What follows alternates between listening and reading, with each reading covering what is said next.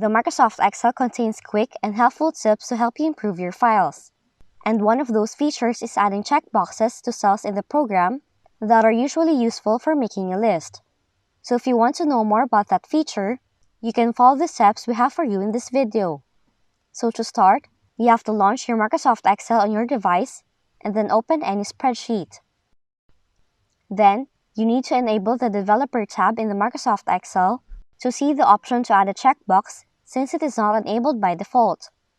So to do that, right-click anywhere on the toolbar, then select Customize ribbon. Then, check the box for the Developer tab and click OK.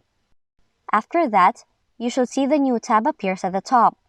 So all you have to do is click on the Developer tab, followed by Insert, and then when the options appear, you have to choose Checkbox. Now your cursor will look like a cross, and then you have to click on the cell you want the first box to appear, and the checkbox will appear. Now the next thing you have to do is to click and drag it to the cell or place where you want it to be on the file. Additionally, you can also change the text beside it by right-clicking, and then choose Edit Text.